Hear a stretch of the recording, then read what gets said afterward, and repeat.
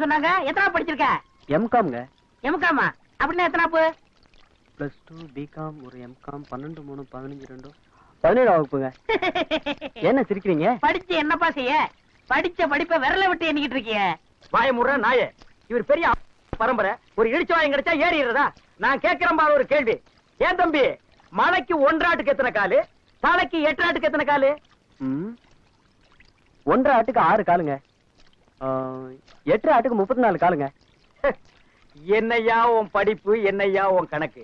மலைக்கு 1 ஆடுனா மலைக்கு ஒதுங்குற ஆடு, தலைக்கு 8 ஆடுனா தலைக்கு தாவுற ஆடு. ஆக மொத்தம் எல்லா ஆட்டுக்குமே 4 கால் தானையா இருக்கு. இது கூட தெரியல.